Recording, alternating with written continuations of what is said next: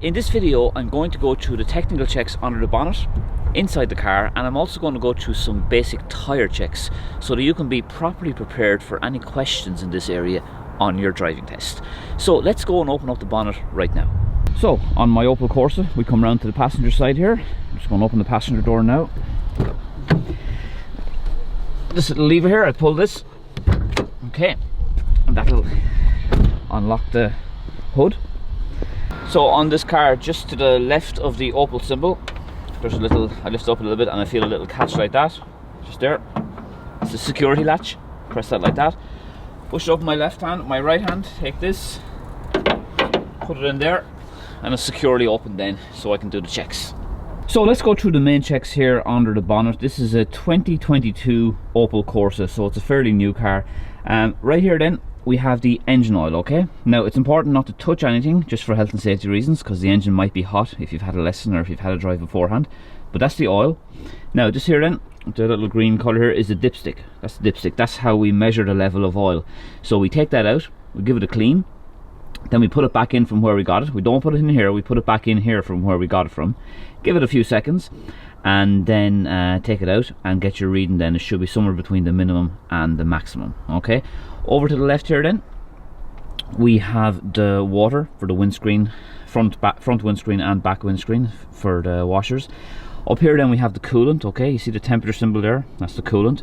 That helps regulate the temperature of the car. I'm going to go through this in a bit more detail in a minute. I just want to give you a quick run through first. Over here then we have the brake fluid. You see the way it says .4 there? That's the brake fluid. Helps the brakes work properly. You have the battery just here. Coming down along here then, just I'm going to tilt the camera down here a bit and you will notice the fan is just there, okay, and then behind that then is the radiator, okay? So they're the main checks on the car that you have that a tester will ask you, but let's go through them in a little bit more detail now. So I was mentioning that this is the oil and this is the dipstick, so let's talk a little bit now about this vital function on the car. So when it comes to the engine oil, this is what lubricates the engine. It helps to keep the engine running properly, and it takes oil from the oil pan, which is stored down below where the dipstick was, like way down there. That's called the oil pan down there, and that stores the oil. Okay, and that's why it's good to wait until the engine is cool before you ever check the oil, so the oil has a chance to filter all the way down to the pan and you can get an accurate reading. So the oil lubricates the engine. This area here, just in and around where the oil cap is and the dipstick, all this area here, you have vital functions of the engine here, such as the crankshaft, and the oil flows through all these areas to help lubricate it, and it also helps reduce friction. It also helps to cool the engine and clean it. So having oil at the proper level and oil that is changed at the regular intervals as recommended by your manufacturer's logbook is so important for the proper functioning and proper running of your car. Now over here then, I pointed out the coolant. So this is where the coolant is kept. Now the coolant is basically a mixture of water and antifreeze. Antifreeze is there to stop it from freezing in the really cold weather. So it's basically a mixture of water and antifreeze. It helps to keep the engine cool when running, because when your engine is running, it does get up a lot of heat and it can be extremely hot. So the coolant here, and it's connected to the radiator, which I'm going to talk about soon, is there to help regulate the temperature of the engine and to help prevent it from overheating. It also helps to reduce the buildup of rust and oxidation. It's important that when you're opening the coolant, if you ever are opening the coolant cap, to do it when the engine is cold and do it very slowly, just in case it is highly pressurized. Never touch it when it's hot, and always remember, never add cold water to an overheated engine. Let it cool down first. Now you'll see here that the coolant is connected to the radiator. This wire comes along here and it links up with the radiator and the fan here, and again it's all to help the engine from overheating when it's running, and it's all part of the engine's cooling system. Now this is the brake fluid, as I was saying. This is kind of a brake symbol here. This is a warning, as in a warning not to touch it unless you're a qualified mechanic, because it is a very dangerous substance, very corrosive. And the picture of a book here with the information is in reference to your logbook that you would get with your car, your manual, like, just to consult with that for guidance. And the .4 is the particular type of brake fluid. There's .3 and there's .4. Basically, all you need to know is the brake fluid helps to make the brakes work properly. And if ever you feel that the brakes are a little bit hard or a little bit spongy, then you may well have a problem with your brakes and you need to see a qualified professional about it, okay? You will have minimum and maximum marks on the side here of the reservoir container, so if it is getting a bit low, maybe you possibly have a leak, you will know that by giving regular checks just to make sure your fluids are topped up in terms of the brake fluid. And if we bring it over here, you'll see there's minimum and maximum as well on the coolant that we just talked about. So again, normally you won't have to do anything like that. You could top it up with water if you were a bit low, but your mechanic will normally look after that in service. But just keep an eye on the minimum and maximum just in case you might have a problem with the coolant or the brake fluid. Now when you're closing your engine hood, here's how you do it, okay? Put your left hand up first, push a little bit to release the friction here. Take this down, put it into the yellow color coordinated latch here.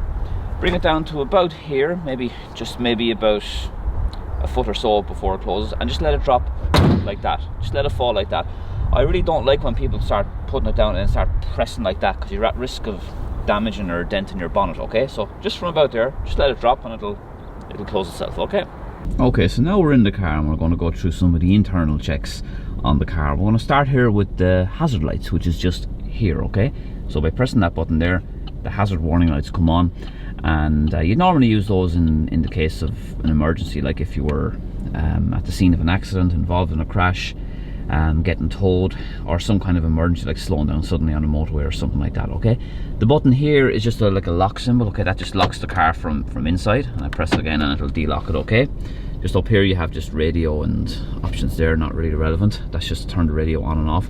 Now if we move down then to some of the more important ones, we have the demisters down here, okay? So it's all kind of confined in this sort of small place here on my Opel Corsa anyway. So this regulates the heat, so you've got red for hot air, and then the blue refers to cooler air. You turn that then as required. Normally hot air is better if you want to clear the windows.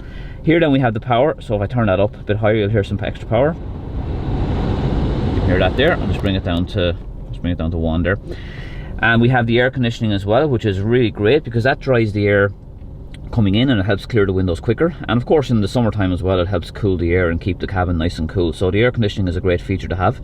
Normally you would use this button here with the air conditioning. That's the recirculation button. Let's press it there for a second. The light is on, means it's on, and let's turn it off now. So the recirculating air is normally used with the air conditioning in the summertime, because it just helps the air conditioning work more efficiently, and it's more fuel efficient as well. Now down here then we have the max button, okay? Again, another really handy feature. When I press this now, the front demister is going to come on very, very loud. So here we go. Now I'll just bring it down a bit. So that will quickly and efficiently clear the front windscreen by coming on very loud, very powerful, and it's a good way just to get the windows clear in the morning if there's frost or ice on them, okay? Now along here then we have the window symbol here. This is where the air is going to go up at the window. Here it'll come out towards your face. Here the air will come down at the feet. So you can press those as required depending on where you want it, okay? And of course, as I said, you would adjust the heat and the power as well as you desire, okay?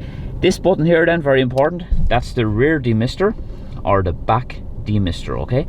So what that does is that will heat the back window of any condensation or ice or frost or whatever like that, and it will help you to see better out the back window. So it's an important button, particularly in the winter time when you're wanting to have your windows nice and clear so you can see clearly when you're reversing. Okay, down here then, I'm just going to put it into second gear for a second so you can see better. Now down here we have a few little extras here, okay? So here we have this is the automatic stop start. I'll just zoom in there so you can see that. So if I press that, the automatic stop start will turn off. So basically if I'm stopped at traffic lights, for example, and I, for example, go to neutral, the car will just kind of go to sleep, like your laptop goes to sleep when you press the screen down, and then it will restart then when I put the clutch in and go into first gear. So it's a nice fuel efficient thing. I like having that on, okay? The one in the middle there, this one here with the light, I do have this off. This is the lane assist. So this is the smart technology of the car kicking in. If this light is not on, it means the lane assist is on. Now what that means is if the car detects me drifting in or threatening to drift out of a lane or into a lane or something, it will stop me from doing so. Now, since I'm a driving instructor, I don't really want that on. I'd rather the learners learn for themselves, but it's a good safety feature, and it's a nice piece of software. Just here then, this is just in case you have children in the back. Sorry, let me get you back, sorry about that. If you have children in the back, pressing this button here will lock the back doors, and then pressing them again will unlock the back doors. So over here then, just kind of behind or beside my keys, we have the lights, okay? So this, right now, it's all the way to the left, so that means it's off, or as you can see there, on auto, because all cars post 2011 have automatic daytime running lights, and that means that even when it's turned off or on auto, there will be lights on the front, as you can see there. Okay, so that's auto.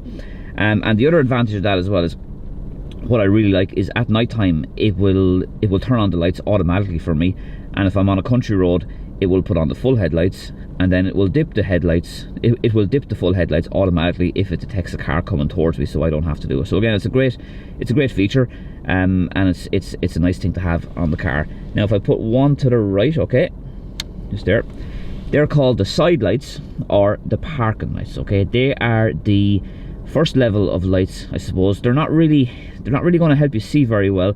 The main reason for the side lights, or the parking lights as they're called, is that in case one of your main lights blows a bulb or stops working, people don't think you're a motorbike coming towards you at night, sorry.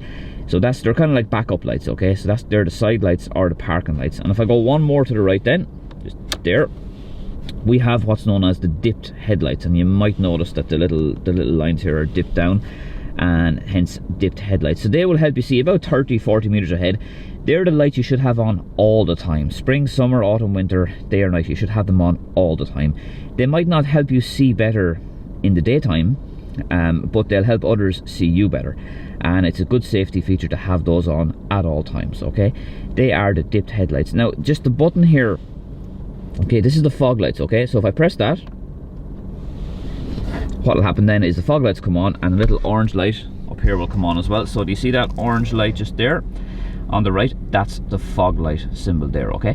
Now on this car, when I press that button that I just showed you there, this one here for the fog lights, what will happen is the front fog lights will come on and the back fog light will come on as well. So the front fog lights are just close to where your regular dipped headlights are, and the back one is just in the center there, red light in the center, very, very bright, and the back one will help traffic behind you see in dense fog.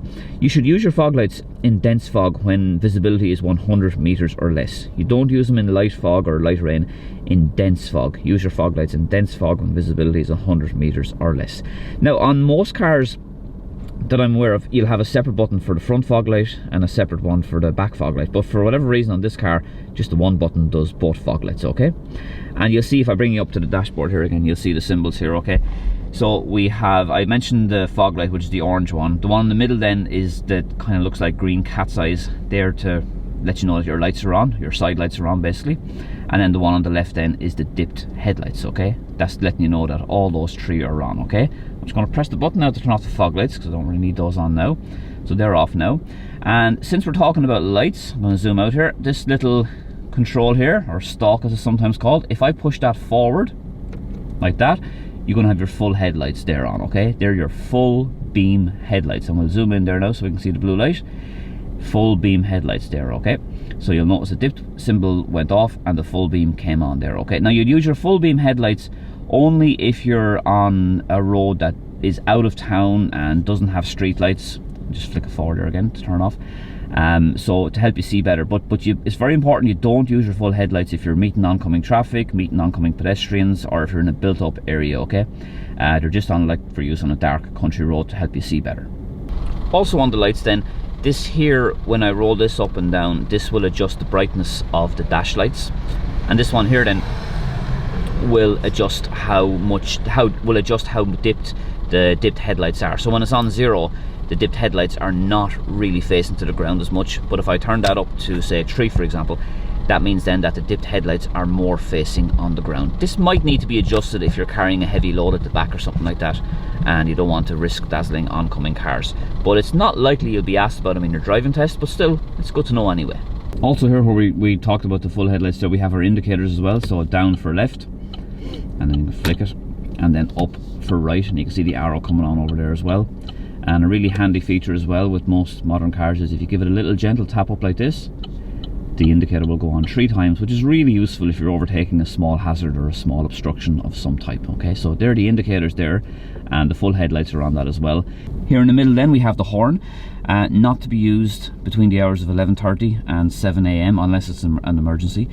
In the test, the tester probably will ask you to point it out. He's probably not going to ask you to use the horn, but then again he might. You just have to listen carefully to what he says, but he's probably not going to ask you to do that. But the horn is mainly used to alert people to your presence in an emergency, of course. Now over here, this control stalk here, this is for the wipers, okay? The wipers. Now it's basically up for on, and then the more up you go, the faster it goes. But I'll tell you what I like to do first, a little tip for you. Well, we can see the front windscreen there as well. If you want to wash the front windscreen, you would pull it towards you. That's what it is on most cars. I'm not saying it's like that on all cars. There might be a button on certain cars, but on this car you pull it towards you, okay? So I'm just going to do that there now. I'm going to pull it towards me. That will get some water there, you can see, and then the wipers work and it'll self-correct and go off by itself. Now the reason I like to put a bit of water on it first before I use them is just in case there's any bits of dirt or grit that's on the windscreen from a dry spell. By putting the wipers on when it's dry, it might lead to little small scratches on the windscreen. So a good little tip is just to wash the front and back windscreen with a bit of water, and that'll help alleviate the potential for any scratches coming on the windscreen, okay? Now we're going to go through the wiper controls here now, and I just want you to pay close attention to this thing here, which is very, very handy. This is the intermittent setting, which I'm going to talk about now very soon, okay? So I'm just going to zoom out for a second there so you can see the windscreen as well. Now, in terms of the wipers, if I go up once like this,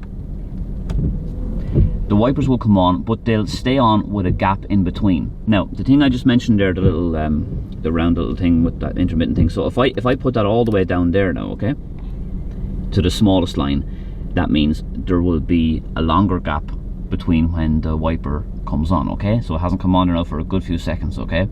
Now it will come on, there you go, and there'll be a similarly long gap now before the next sweep of the wipers comes on, okay? And if I twist that back then the way I had it, right there, you'll see the gaps are very, very short, okay? Go back to the long one now.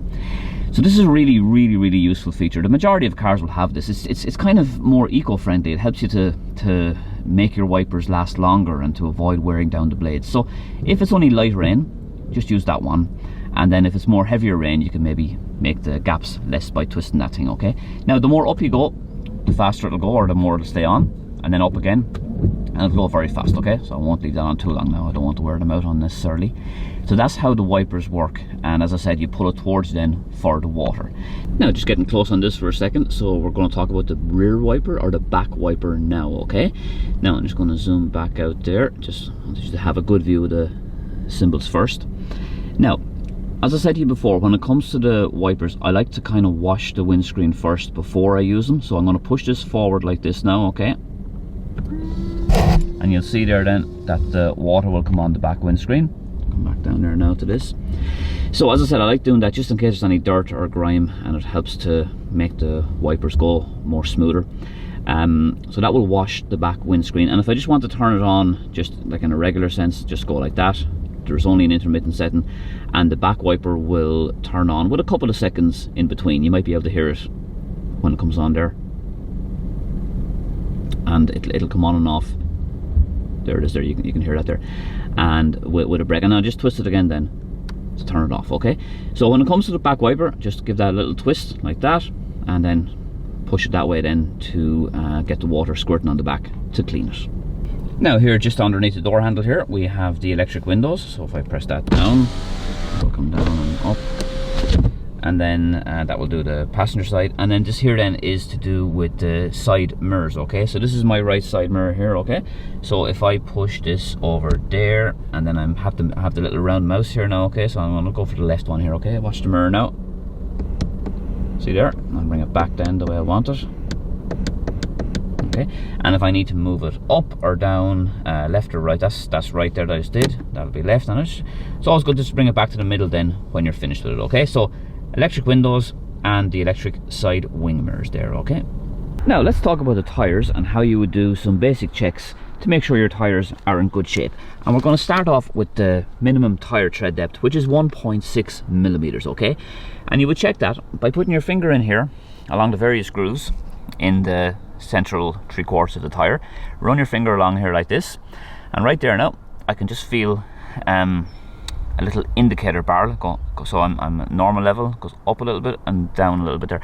So that little indicator barrel here is the minimum tread depth. So when the central 3/4 wears down to being level with that indicator barrel, then that means I'm close or at 1.6 millimeters, which is the minimum tread depth. You should never let it get that low. You should always have a good tire tread depth, because the more depth on your tires, the safer you are, because the better grip you're going to have on the road, okay?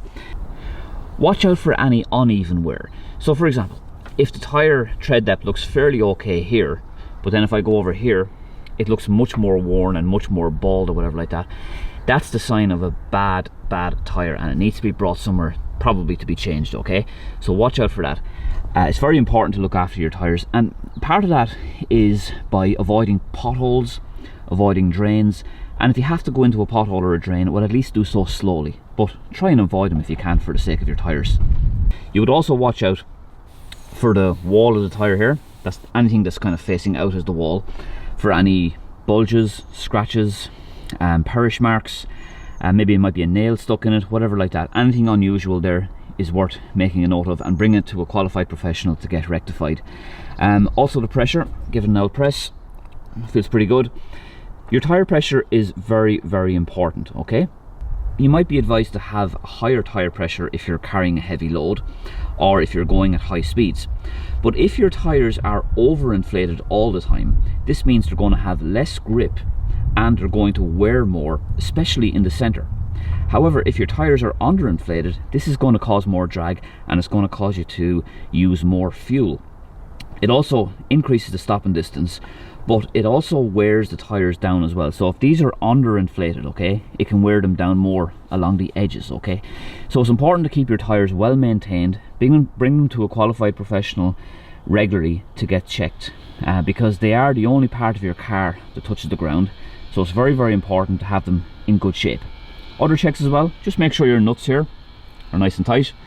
Make sure that your air valve cap here is on and is nice and tight as well. And as I said, good tire safety is very important. And I forgot to mention there that you can get tire pressure gauges in order to check your tire pressure. Make sure you consult your vehicle logbook so you know the suitable and appropriate tire pressure for your own vehicle's tires. But the safest and the best thing to do is to bring it to somewhere like Advanced Pit Stop or Fast Fit Tires or somewhere similar, and they'll often do a free checkup on your tires, because they're the professionals, they know best, okay? So it's always best not to take any chances with your tires. If you enjoyed this, don't forget to thumbs up. My email is there, danetyghe@gmail.com, if you have any questions. And as you know, my main aim here is to provide you with the best quality driving lesson videos completely free of charge. But if you would like to make a voluntary donation, you can do so by PayPal or Revolut, links in the description. So until next time, stay safe and I'll see you soon.